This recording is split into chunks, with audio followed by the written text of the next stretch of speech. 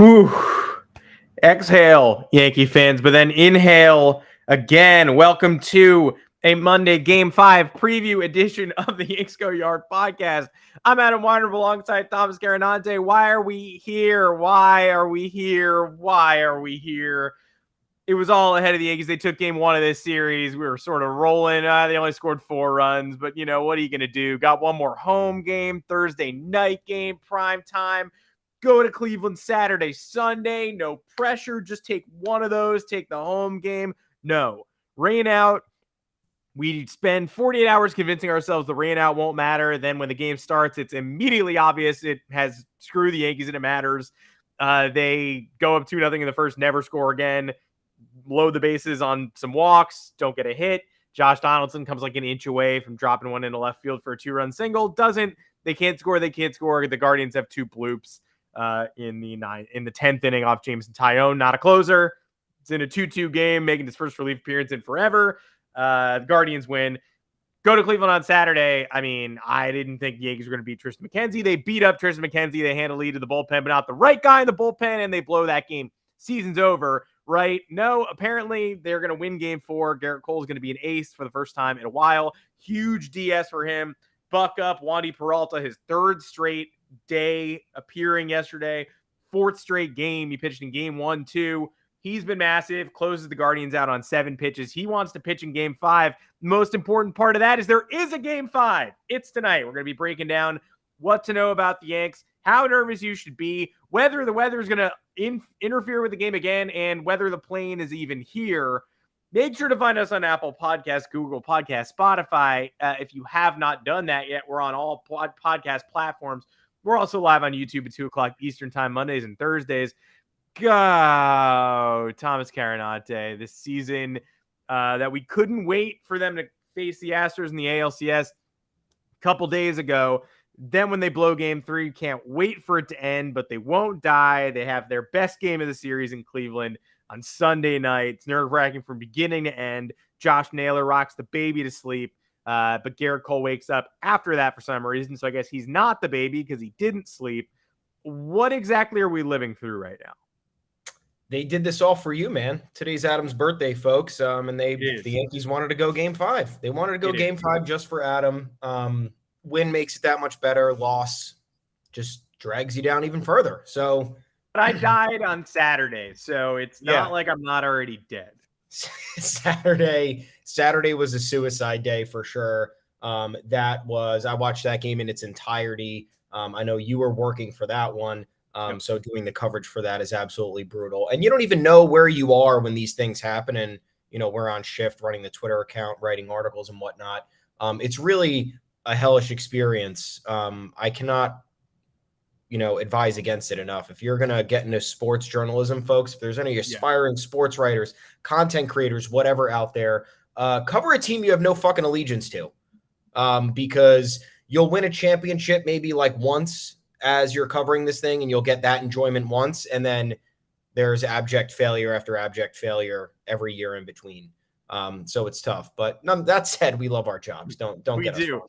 There's nothing more. It's like very rewarding to cover failure, but when you're covering your own team's failure, it's an absolute nightmare. Yeah, because you already know, like we sit here and we know, we already know what's going. Like if we're covering the Royals, we're just doing investigative work. We're objectively viewing the situation and we're learning as we go. If you're covering a team you've watched for 20 something years, especially when that same regime has been intact for 20 something years, and the same playoff failures have happened for the last 15 years, a better part of 15 years. It's just frustrating. And it feels like you're being the annoying guy yelling into the void. But this is the reality of the situation. What are we doing? How are we feeling? So let's see.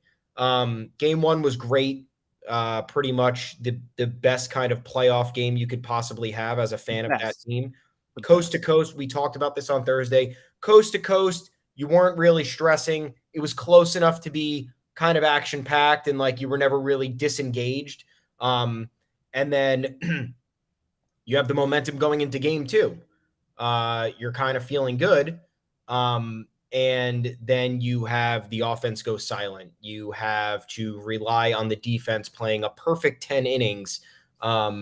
And you know that that's just not going to happen because you have IKF at shortstop who complain about him all you want. We kind of you watched the game last night, right? Oswaldo Cabrera was playing in game 4, a necessary lineup switch that we believe is going to be a constant probably throughout this postseason, starting tonight and then going into the ALCS should the Yankees win. But the guy gets fucking 5 to 8 balls rocketed at him every game, and he screws up one of them, and then that ends up being the narrative around him. Oswaldo Cabrera turned a couple of double plays last night and fielded one ground ball. So, I mean, God bless to him. He filled in at a position he only played a couple of times at the big league level because now he's been asked to play the corner outfield spots, and he's been doing absolute God's work out there. But it's just funny how these things work out.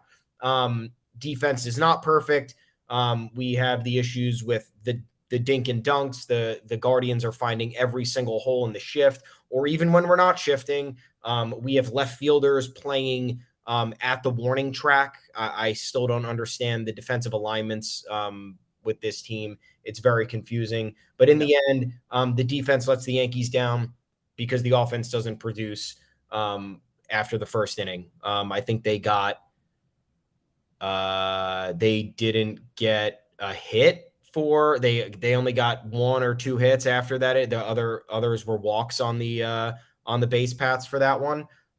So it was just very difficult to watch. And actually I have the box score right here. Let me pull it up, folks. They ended up with 6 hits. Yeah. So they got 4 hits after that because they had 2 hits in the first inning. But the 2 errors ended up being the disaster. Then you go to game 3. You think you have a decent matchup, Luis Severino versus Tristan McKenzie. The Guardians got 15 hits in this game. Yeah. He's got 5. Obviously, 6 off Sevy in the first 2, right? Because he showed up scattered and gave up single, 2-0 immediately. Yeah.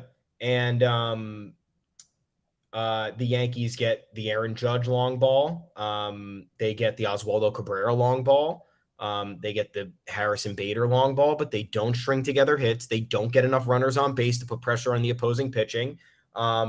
And then, we'll get into Boone's bullpen decisions that doomed us after holding a 5-3 lead going into the bottom of the 9th.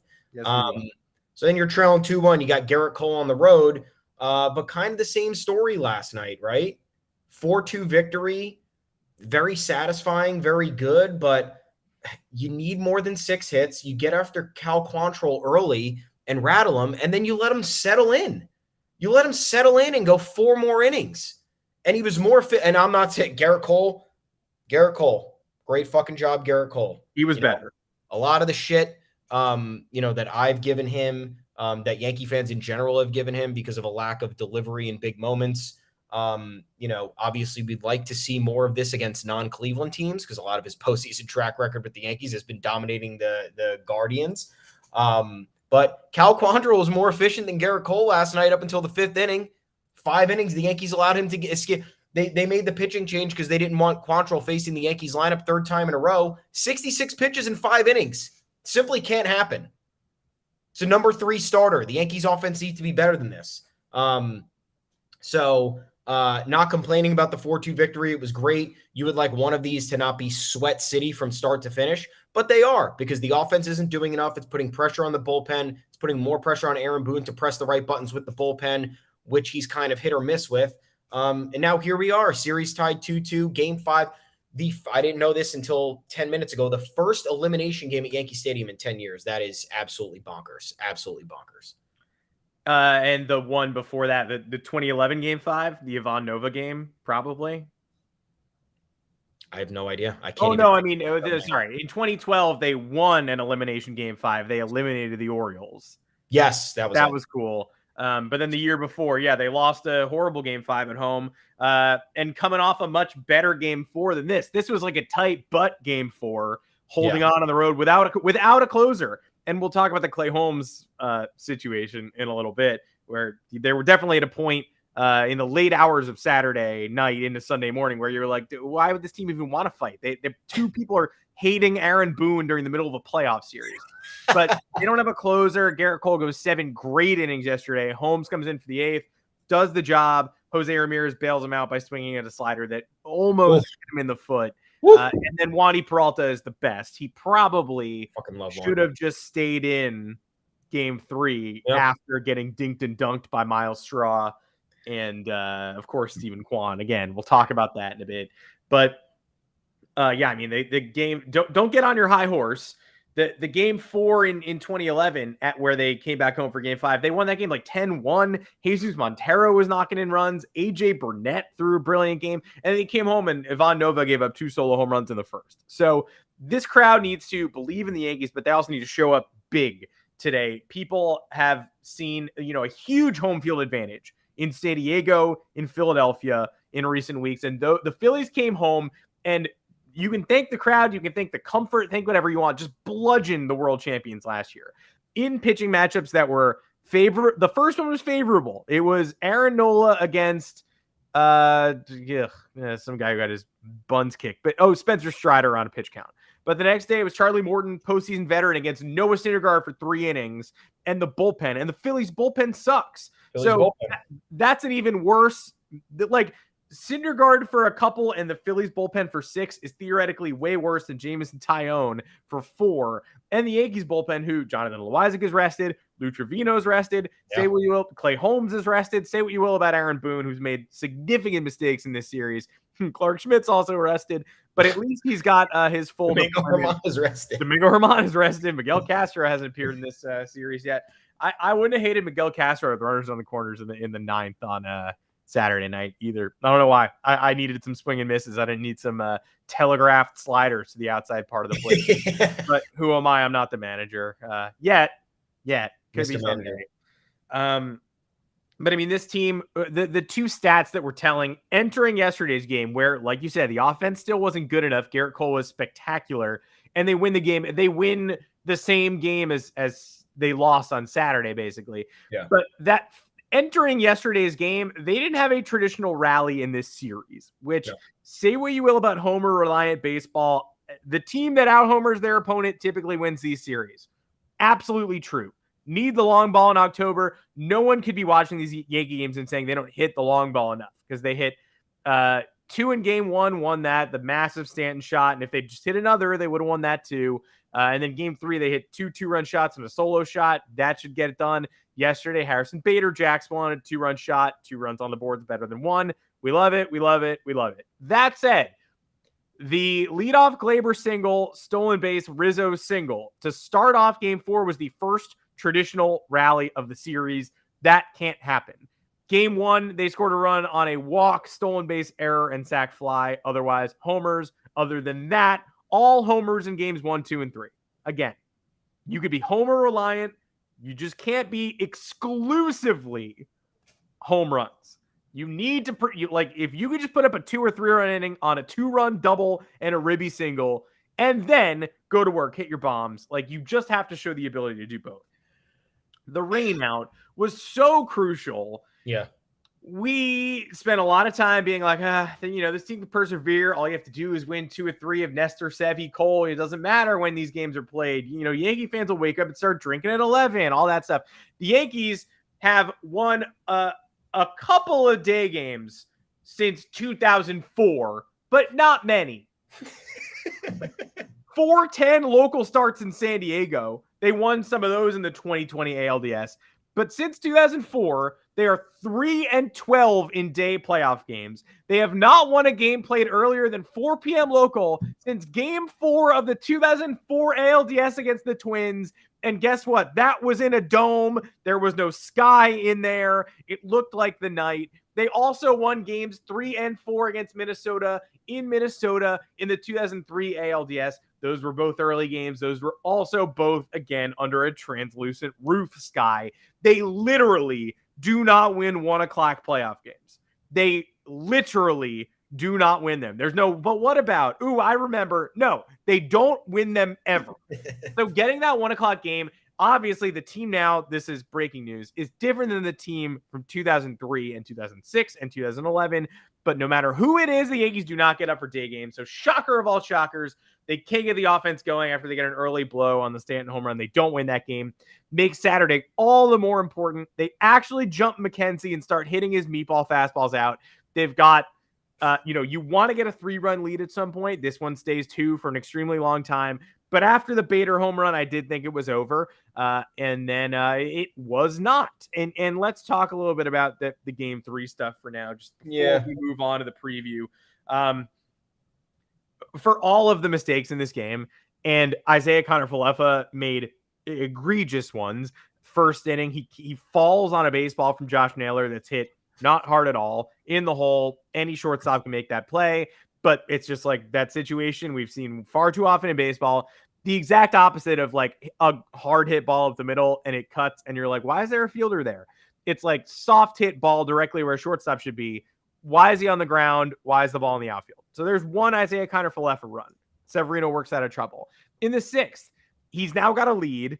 Nobody on, 2 outs. IKF grounder in the hole. Tough play, but he's got to get the ball and throw. Instead, steps, double clutches, triple clutches, throws late at first. And then, what do you know? Single. Sevy works out of trouble again, but there's 2 IKF runs. Vader homers, gets the run right back. Everybody's celebrating, but again, a 5-3 game should be 5-1. And I had counted the Guardians out. Not in the 6th when it was 4-3 and they were rallying. Not even in the 7th. Not even in the 8th. A little bit in the 8th when you're watching Wandy sort of deal. In the 9th, when he gets the first pop out, there's nobody on base, 1 out. I'm like, I'm the most pessimistic fan there is. But they kept Wandy in. It was the right move. Yeah. Because, I might have used... I'm not going to get into captain hindsight here. I didn't trust Clay Holmes in this game either.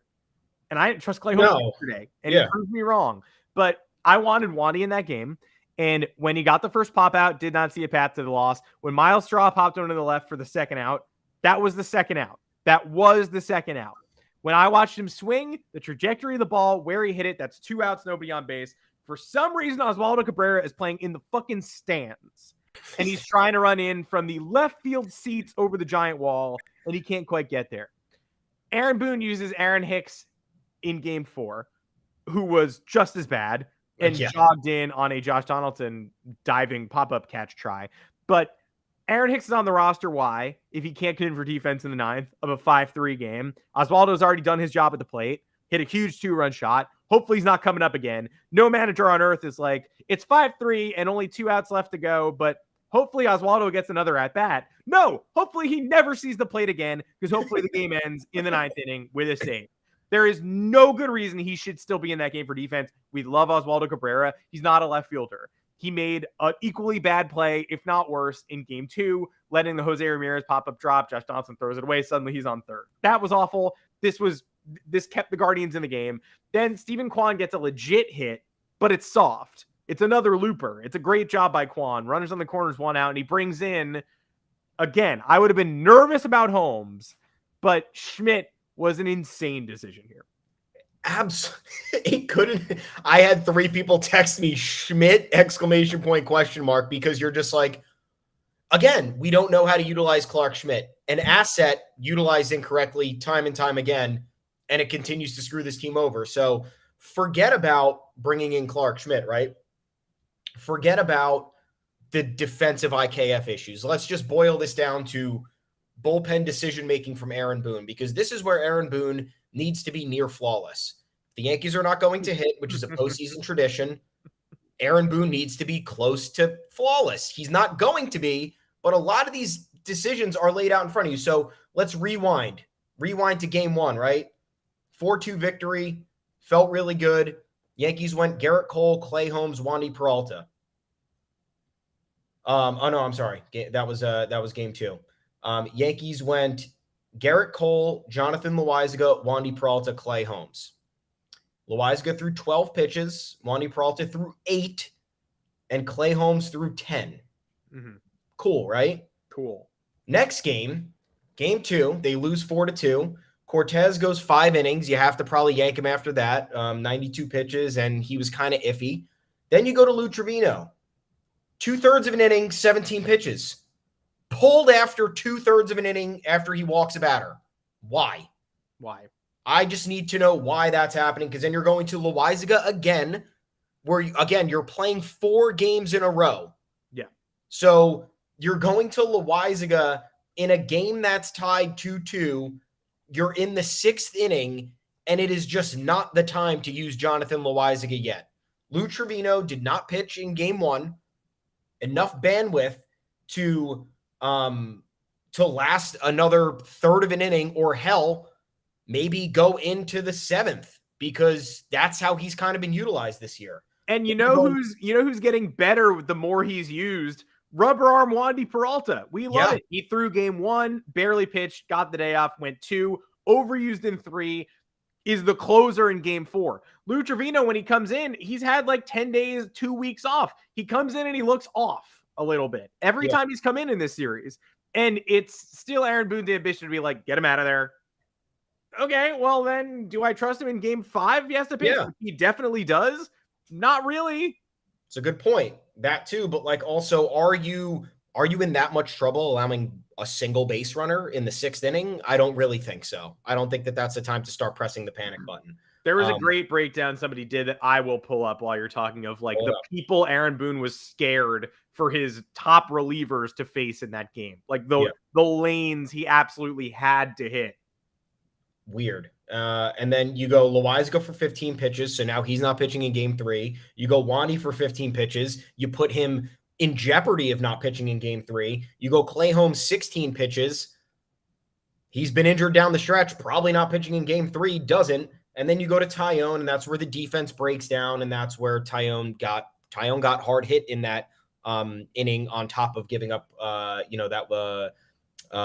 couple of those one of those soft hits there. So then you fast forward to game 3. So what do? You have Luis Severino, who, credit to Luis Severino, battled. Start of that game looked terrible. You thought, great, he's going 3 innings, and now we're fucked. He ends up going into the 6th, 5 2/3, 106 pitches, gets out of that inning again if IKF just makes the play, and it's an entirely different ball game. Then then great. You have to take Severino out because you find yourself in a situation where the pitch counts up, you got a runner on. What do? Lou Trivino's back. Hell yeah. 1/3 of an inning, he finishes off that 6th, 7 pitches, and doesn't come back in for the 7th. I don't understand it. You go Jonathan Loaisiga, who pitches the first 2 outs of the 7th, 15 pitches, and then you go to Peralta for 1 2/3, and then you go to Clark Schmidt. So therein lies your problem. If you go Lou Trivino for another inning, you don't ever get to Clark Schmidt. Yeah. And there's no Lou Trivino. And you don't get to Clay Holmes. You don't even have to have that conversation. You're not even sniffing this scenario, and you're looking at a situation where Lou Trivino has now thrown 24 pitches in 2 outings. And those 24 pitches have come across one inning.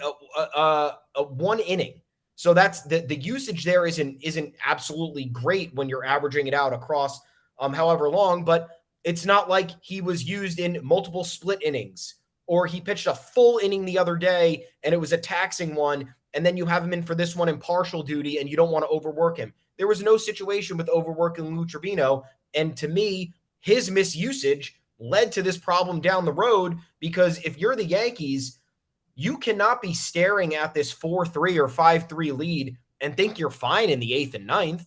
Like, that would be mental behavior. The Yankees are never safe in these situations. Even when their bullpen was top-notch in the postseason, they were never safe in these situations. So to yank these relievers before, whatever, they don't look sharp. It's hard to be sharp coming out of the bullpen anyway. Most relievers have not looked great coming out of the bullpen, with the exception of Wandy Peralta, and Jonathan Loaisiga's actually looked pretty good too. But when he's not exactly locating, you're like, oh shit, like, first couple pitches are bad. What's going to happen? Like, you don't know what's going to happen. Yeah. It's hard to come in fresh for these games. It's hard to look atop your, especially atop your game on the road with the crowd roaring and a base runner on. Like, you got to give these guys more time. You got to use them a little bit more, especially when you're looking at a situation where it's 4 games in a row. You can't keep burning arms. And that's where the bullpen usage problem comes for me. You don't even get to Schmidt. You don't even have to worry about Clay Holmes if Lou Trivino can come out for the 7th inning. I can't believe, and I'm sorry, I got this confused. I got confused my bullpen meltdowns. The great tweet was from game 2. The guy also, it's you got to go to Mo, the thought leader. I believe he's a writer for Old River Avenue Blues and maybe views from 3 and 14 feet now. He called out Trevino for 7 pitches and Loizaga for 15 in that awful loss. But here are the people that these relievers were not allowed to face in the game that ended up with Jamison Tyone in the 10th. Trevino can't face Miles Straw. Loizaga can't face Naylor and Owen Miller. Wandy can't face Austin Hedges and Miles Straw, and Holmes can only throw 15 pitches. That's what we're working with. And yeah, that's how we got to the point where you've got who's going to start the 10th inning in a 2-2 game, Tyone or Clark Schmidt, who eventually comes in and blazes through them. And of course, not only does Boone make the wrong decision there and use Clark to clean up the issue after Tyone, hey, make your first ever relief appearance in the extra innings of a tied game in game 2 of the playoffs. Now here comes Clark Schmidt to clean up the mess. Now the Guardians have seen Clark Schmidt. So then Clark Schmidt's the move the very next day. And they're like, oh, it's this guy who keeps getting us out on breaking balls, away and down and in, either into a lefty or away to a righty. And Oscar Gonzalez is like, great, I'm going to sit on that and flip it. No matter what you say, though, there were a million ways to not lose that game. If IKF is not the shortstop, they win that game, or at least they have an opportunity with a 1-run lead and 2 outs in the 9th. Again, like Gonzalez singles, 2-run score, and then it's 5-4, first and second, 2 outs. Okay, great. Go get the next guy. Who knows if they do, but they have that chance. If IKF's playing short against Jose Ramirez in a situation where you want a double play, instead of playing the other side of second base, doing all he possibly can to stop a little looping pop-up that ends up being an infield single and loading the bases after Ahmed Rosario's single. Like, the reason the bases were loaded for Naylor, who struck out, was because the defensive alignment made no sense. And the reason Oscar Gonzalez even got a chance to hit was because the defensive alignment made no sense. You put IKF at shortstop there. It's first and second, 1 out for Ramirez, who hits a little looper to short. IKF let it drop, get the fourth at second, and try to get the double play or catch it. It's first and second, 2 outs, then Josh Naylor on 1 foot, who looked way more hobbled in game 3 than he did in game 4, strikes out against Schmidt. We're not even talking about this. That said, I'm not a fan of Clay Holmes there, too. It would make me nervous. How about you keep Wandy Peralta in? How about you use Trevino for an extra inning and Loizaga for the next inning, and then Peralta fresh in the 9th? How about you play your left fielder in a normal place? How about you put in a defensive replacement for the left fielder who's also a second baseman shortstop, because you carried them on the roster? You have Aaron Hicks, you have Marwin Gonzalez. Cabrera's fast, but he's positioned wrong. I think those other guys would have been positioned right, or maybe not. Maybe the Yankees just don't know how to position anyone. You really miss Andrew Benintendi there. You dreadfully miss Michael King in all these games. And that being said, right when we counted this stupid team out, they win game 4. They play a brilliant game. Wandy Peralta says, I'm ready for every game. Start me all the time. And he's great in game 4. One alternate scenario that I thought of looking at these matchups too, in game 2, why don't you go Lucas Licky in the 10th? He's on the roster. Where is he? So here's my logic for that, folks. You have Jose Ramirez leading off. So either way, you're losing the matchup battle with anybody, but he's weaker on the right side of the plate. So you probably want to force him to the right side of the plate. Then he's hitting like 500 in this series, and it's all pop-ups. It's ridiculous. It's crazy. Then you have Oscar Gonzalez coming up next. Okay, cool. You lose a matchup, but Oscar Gonzalez is a rookie. You should a veteran pitcher should probably win that matchup. And then you have Josh Naylor, a lefty, coming up third. Theoretically, right there, you're winning 2 out of the 3 matchups, forcing Ramirez to the right side of the plate, and then you have lefty on Naylor. And then you have rookie versus veteran in the second at bat. So did I disagree with Tyone coming in there? Not entirely. If in theory, if he had to go 2 or 3 innings, if they didn't score, it would have looked genius in hindsight. But you haven't used Lucas Licky yet. You haven't used him once, and you're probably not going to want to use him on the road, because why are you going to use worse players on the road? Like, he's one of your weaker relievers. Yes, it's obvious, it's understandable. And you want to put him in a better position to succeed, which will probably be at Yankee Stadium. But now now it's game 5 where and do you want him in an elimination game? I just don't know. Then again, if he brings in Licky in that situation, people are pissed off. Someone's always going to be pissed off. That's the end of the story, and that's what it's going to be. But especially without Efros and Marinaccio and Yeah. King, like in Chad Green, even although we're all mad whenever Chad Green Yeah. comes into a close game, people are going to be mad. But Lucas Licky's hard hit percentile ranking on Statcast this year, 100th percentile, not 99, 100th, the best in baseball in terms of limiting hard contact. 97th percentile average exit velocity. Now, clearly, hard hit limiters and exit velo guys are not a great match for the Guardians anyway, because they win all these fucking games on 65 mile an hour singles or whatever. So I guess that's the argument, that like Licky limits hard contact, but they're great at putting bat on ball anyway. He doesn't have that much swing and miss. And, why would you bring in a guy who induces soft contact when you could bring in Tyone? But if you need Licky tonight for the all hands on deck bullpen game, he has not pitched since a long 2 time. weeks. 2 weeks ago. I mean, when's the last time we saw Lucas Licky? I honestly don't know. And then, you run the risk of, you want to talk about being efficient in the later innings too. Like Tyone gives up, Tyone's expected batting average and expected slugging is in the bottom percentile. And then you're bringing him up to face the heart of the Guardians order. I don't know. I'm just looking at the numbers, and I wasn't upset or confused with Tyone coming in, but now we're 3 games ahead, and you're wondering why Licky hasn't been used yet. And that was kind of a tailor-made, and he can go multiple innings. He's been used all year to do 2-3 innings, and now you're not leaning into that when you have it. I don't know. Anyway, game 4, hell of a game 4. Let's get away from all this bad shit because we need the good energy going into tonight. Yankee Stadium needs to be rocking. Everybody needs to feel confident. I know it's hard to do that nowadays. But look, Yankees shouldn't have been to game 5. As as Michael Kay said, or Jack Curry said, one of them said, if you get to game 5, that's your problem. Clearly the Yankees' problem. The Yankees did this to themselves. It was a combination of Aaron Boone. It was a combination of the offense. So there's no one singular person to blame, but this is what you get home field advantage for. This is what you win the division for. This is what you win 99 games for. So you have the better starting matchup.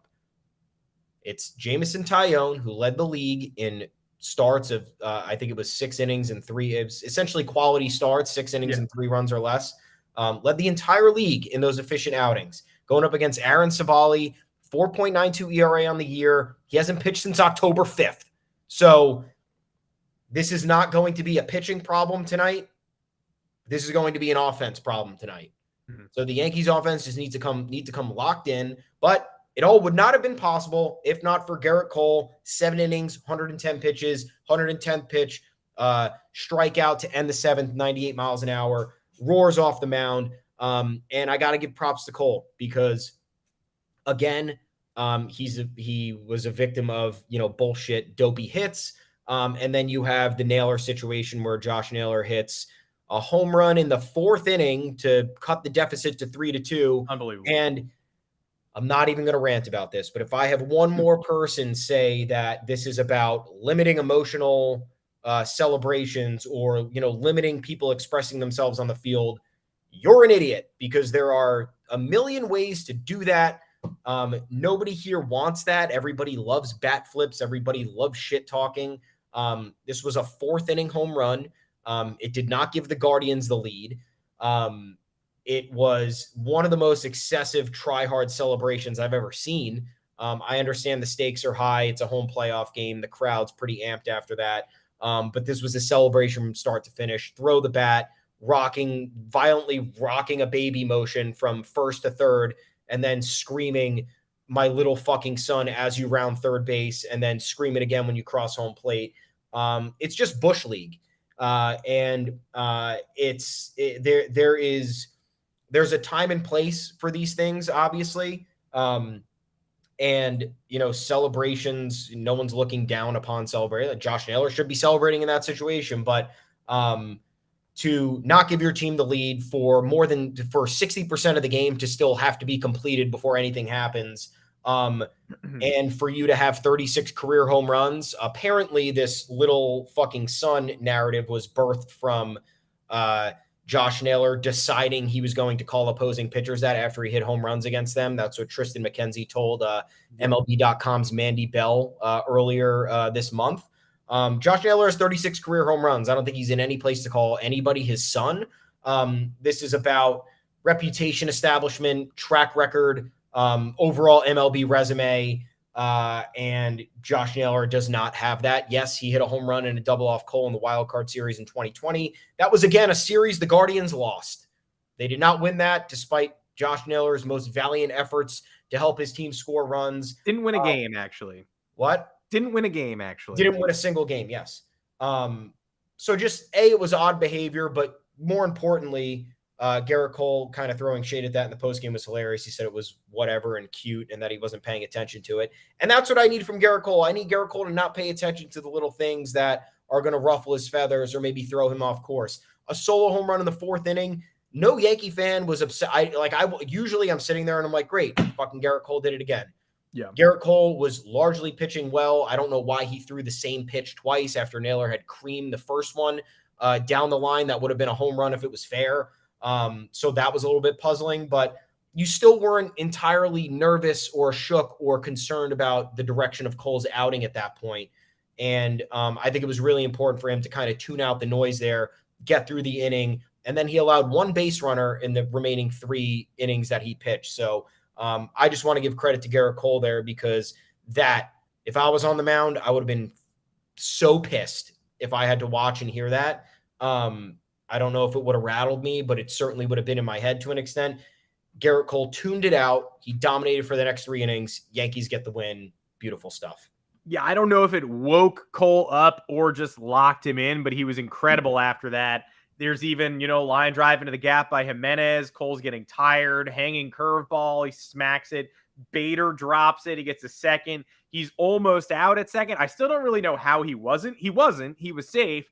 But it's like the throw beat him. The tag beat him. He's safe. What are we doing here? That's when it can spiral. Arias is on deck, who was killing the Yankees in Game 3. Who is this guy?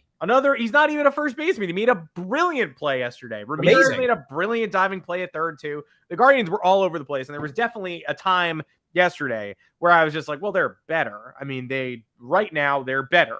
Everyone's saying the Yankees are the better team is not watching this series. The Yankees have had bad luck. Glaber rips that ball right at Ramirez. He makes a diving play, turns it into a double play instead of a ribby single.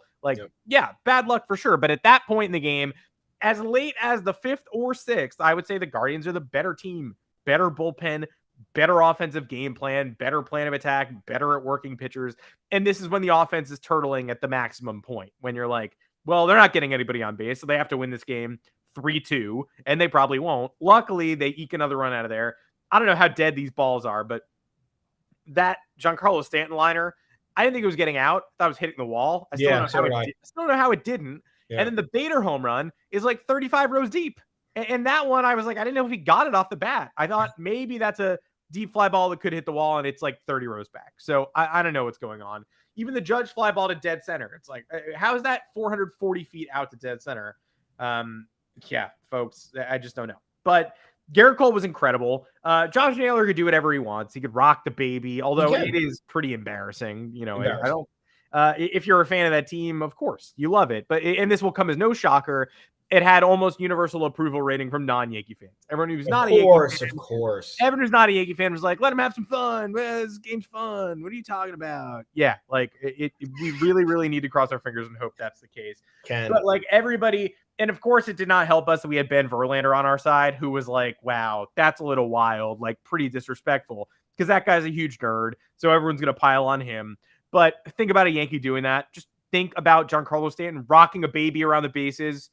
Aaron Judge calling Nick Pivetta his little fucking son.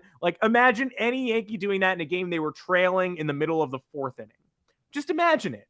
It'd be the new baseball meme. You're certainly not getting a bunch of people saying the Yankees have their right to celebrate. No chance. Not at all. Absolutely not. So again, it's okay. Josh Naylor could do what he wants. He actually did have to wear this one because they did not win the baseball game. I assume that they would, and we'd never have to hear about this being bad ever again. We'd only have to hear about how this was awesome and good for the game. But for now, he's holding the L. That's great. We're going into Game 5. Also, special shout out to Harrison Bader, though, who was picked up primarily for his defense. and was thought of as like a spark plug type character who could get a big hit, who could choke up, line the ball in a left center with runners on second and third, 2 outs or something. And that's great. Valuable player. In this series, he took a weird route on the Naylor line drive double in game 2. He bobbled the ball defensively yesterday. His defense, he's taken some good routes over the course of this series, hasn't made a spectacular play yet. He's got 3 home runs in 4 games. He can hit more than people let on. He's 5 for 7 after last night, I believe, against Cal Quantrill with 3 career home runs, including in game 1 and last night. If Harrison Bader's going to hit 3 home runs out of 4, that's very throwback Yankees. That is very Yankees of old. And that's a shame that they were not able to win this series in 4. I picked Yankees in 5 before the series started. Then when they lost game 2, I maintained that prediction. When they lost game 3, I flipped the other way and I said Guardians in 4. There's no coming back from this. And now, of course, we have an opportunity for Yankees in 5 all along.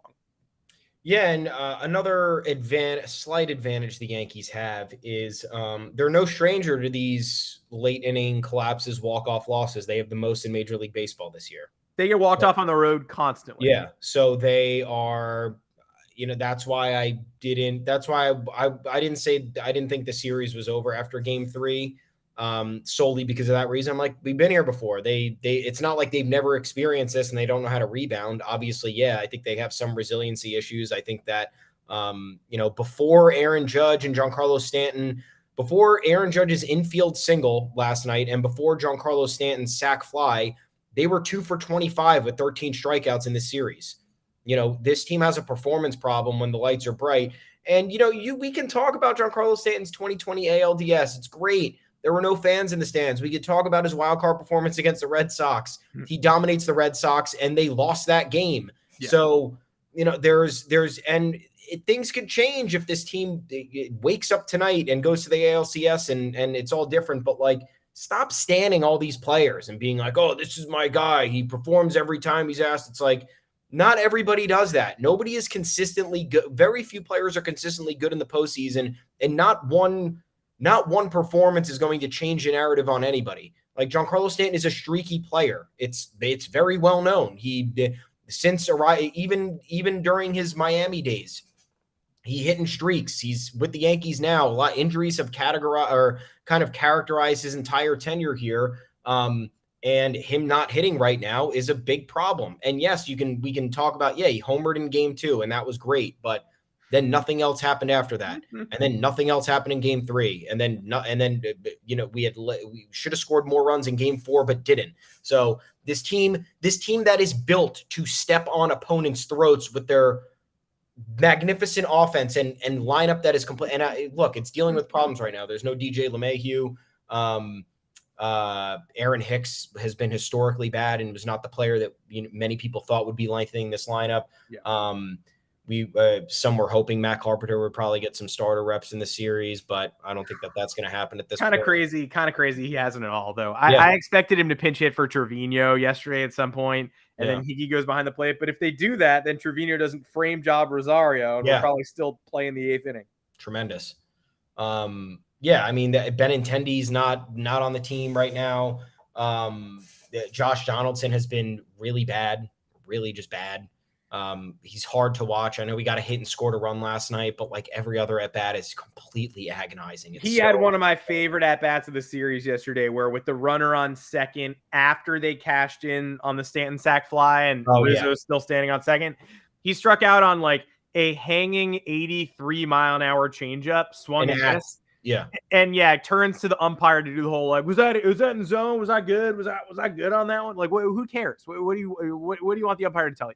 Exactly. And acted like it was some knee buckling fucking 93-mile-an-hour slider. He loves to buckle his knees. It's his favorite thing. That get low stance, the white guy version of the Juan Soto shuffle from the right side of the plate. And more often than not, it's an 86-mile-an-hour hanging slider that he's just all right, bet. I see you. Good game, good pitch. Yeah, it's just he's not providing. He hasn't been He works the count and then he stares at strike 3 when it's 3-2, and that's the problem. We're not getting the full spectrum of what these hitters should theoretically be offering. And you look back on game 3. And yeah, they scored 5 runs, but hitters 1 through 6 were 1 for 23 with 8 strikeouts and 2 walks.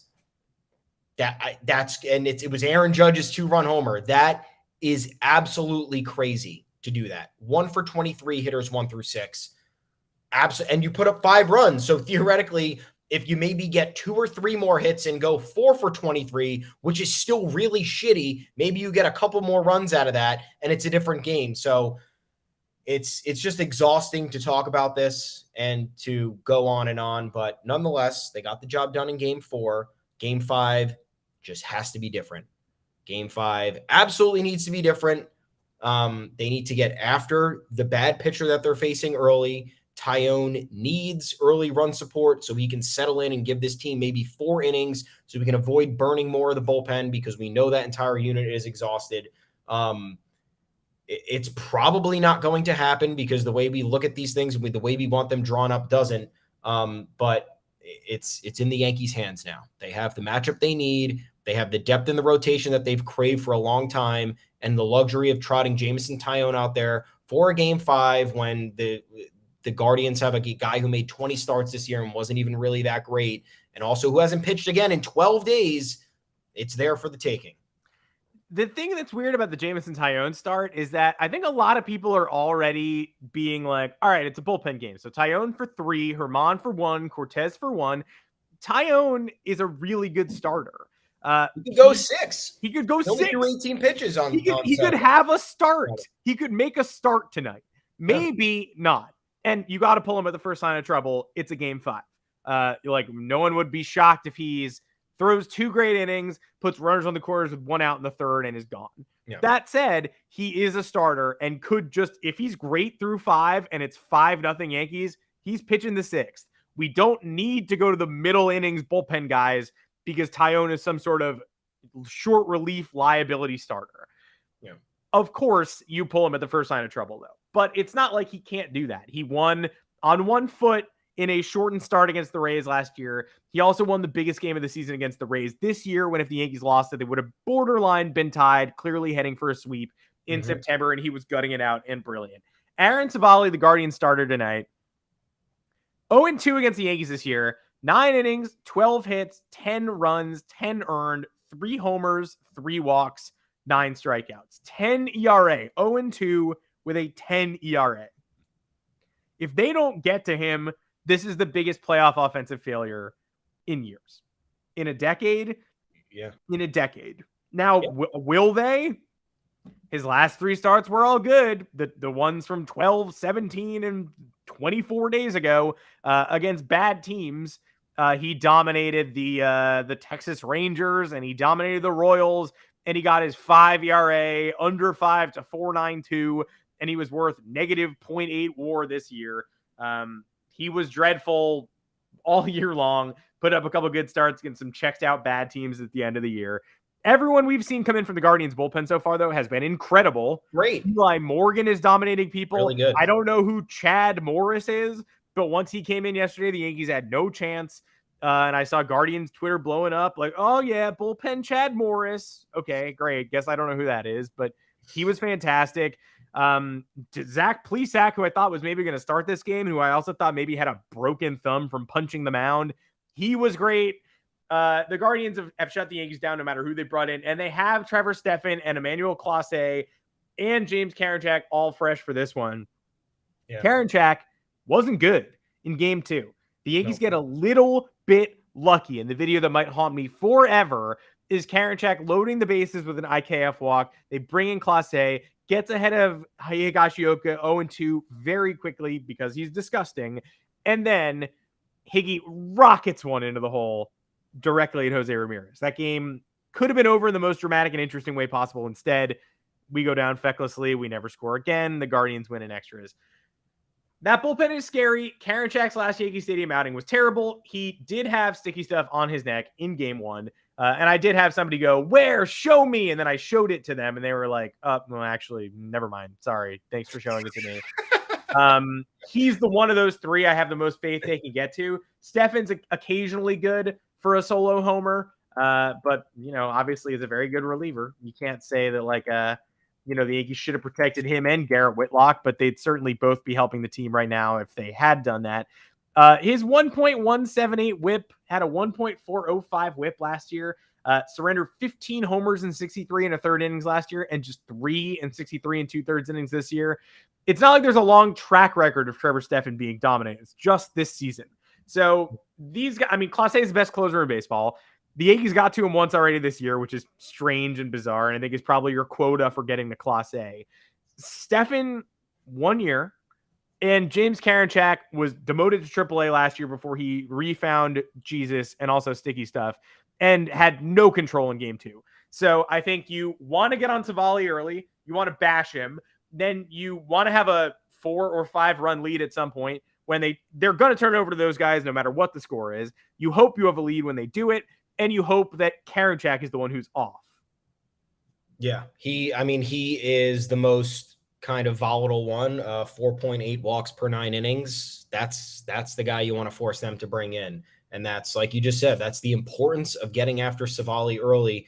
The Guardians have their best guys rested for this game. It ended up simply working out for them based on how the dominoes fell over these last 2 nights. And the Yankees need to navigate that. The Yankees are in the opposite scenario. They have a starter who's capable of giving you a quality outing, but the bullpen arms that they absolutely need to deliver are a little bit taxed. Now, I think Wandy Peralta can go. Jonathan Loaizaga should be fine. Trevino's fine, but you'd want Clay Holmes, and you probably wouldn't want Wandy Peralta under the duress he's been under Saturday and Sunday. So this is the aspect of the game where the Yankees need to capitalize. It's right there. There is no game plan to be had here. The game plan is hit the strikes hard, which is what we've heard for a while now. That's our whole thing. If you get the strikes, or walk the balls and have fun trotting the bases, and deliver hits when you need them. Last night was great. Look at how different this Yankees team is when they force the opposing pitcher to deal with runners on the base paths, and when they score first. When they score first, it is a completely different game. It is a completely different game, and I don't know why that is. Obviously, I do know partially why that is. Scoring first relieves the pressure, but even so, going down first, your team should not be absolutely fucking dead like they are sometimes. Like, there is no reason for the offense to go completely silent when they go down 2-0, and they haven't in the series. Thankfully, they went up, they went up, and then they went down, and then they tied it, and then they blew the lead, and they weren't able to come back super late in those couple of losses. But this team has to punch first. It's a completely different vibe when they do, and they have to keep the train rolling, because now in these 2 instances, they've gotten after the Guardians very quickly in this series, and then they let the starters settle right back in. And you cannot – I don't even know if Savali's capable of settling back in. Haven't seen really him pitch this year, but he should be a guy that, you score 2-3 runs off him in the first or second inning, and then Terry Francona is going to the bullpen because he can't afford any more damage than that. Tax their bullpen early, get your guys to throw multi-inning appearances, and limit the damage while you can. I'm not saying you're not going to shut out the Guardians. It's not going to happen. Their brand of baseball, they're so fast. Yeah. They beat out every ground ball. They pressured the throw. It's a good baseball team. I don't think anybody, like, they sent up that tweet a couple days ago about, like, that was annoying as hell, but people hating their brand a bit. Like, where was the greater conversation of people criticizing their brand of baseball? Like, yeah, over time it gets frustrating when they're fucking dunking shots in between the third baseman and left fielder, and the ball's rolling into the corner by the tarp. But, like, no one's saying, oh, this team's bullshit. It's like, no, it's a good baseball team. They play good defense. They're smart. They take the extra base. They put the ball in play. Like, this is reminiscent of the Royals to me in 2015 and 2016, or 2014 and 2015. With better pitching. And I think that was a great team. That was a team a lot of people enjoyed watching, in my opinion. So, again, another narrative where, like, we're just creating this us against the world bullshit. It's like, that's a Boston thing. Let Boston do that, Cleveland. You guys already have your own problems of not winning and blowing this and blowing that and having, sports depression spanning a century. It's not you against the world. Never was, never will be. And this is just the start for you, no matter how far you go. Exactly. Like, this team's going to be around for a while. How far they go, I don't know. Hopefully it ends tonight, but I have no idea. Yeah, I mean, I think the Yankees in a dream situation, they beat up on the starter early and they're up 5 or 4 runs the whole game. I know that dream scenario is not going to manifest itself. I just ask that you compete, that you punch back. Tyone is not Gerrit Cole. I don't think you can count on him to absolutely silence the Guardians, keep runs off the board. You're going to have to score. And thank goodness this is at home, because I'm tired of that Cleveland crowd. I'm tired of the Deshaun Watson jerseys. I don't know if you noticed, they showed the same guy with a beard and a jacket like at least twice per game in the Rays series too. Like, he's got great tickets, him and his mom, whoever he is. But I've seen him 9 times. I'm sick of seeing him. Oscar Gonzalez got a curve in the other batter's box from Gerrit Cole yesterday, and he struck out. I'm sick of seeing Oscar Gonzalez. I'm sick of all of this stuff. Especially because I know if you bury one away to him, he's gonna swing and miss, and Clark Schmidt couldn't do it. And it just feels bad. But yeah, now we're at home. We love being there. Hopefully we love being there. It'd be great. I'm ready. I'm semi-ready. I'm somewhat ready. I could be more ready. I don't know. Are the Yankees in New York? Did the plane land? Are we sure? Are they in New York right now? Somebody said that there's like a source said the Yankees were still on the ground in Cleveland this morning. Then a bunch of people said it was the friends and family plane. Could we get official confirmation on that? Because I would like. Dick Vitale said it's not true, or he said, "Tell me it's not true." That's what Dick Vitale said. Oh no, I'm sorry. This is another tweet. He's talking about booing Aaron Judge. Please. Come on. Oh, tell me it's not true. I mean, if the Yankees' last home game was Judge getting booed, that would have been horrific. You guys have a golden opportunity to not boo Aaron Judge tonight. You shouldn't do it. That said, it was like a bunch of drunk lunatics.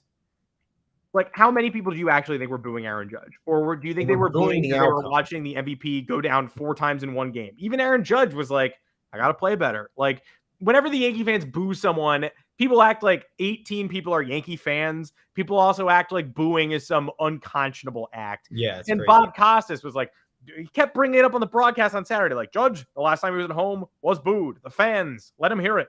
They let him hear it loud. What and is Aaron, this? Oh boy, what's this? Oh boy. And Aaron, he certainly heard it. With his ears, with his reaction, with his eyes, with his thoughts.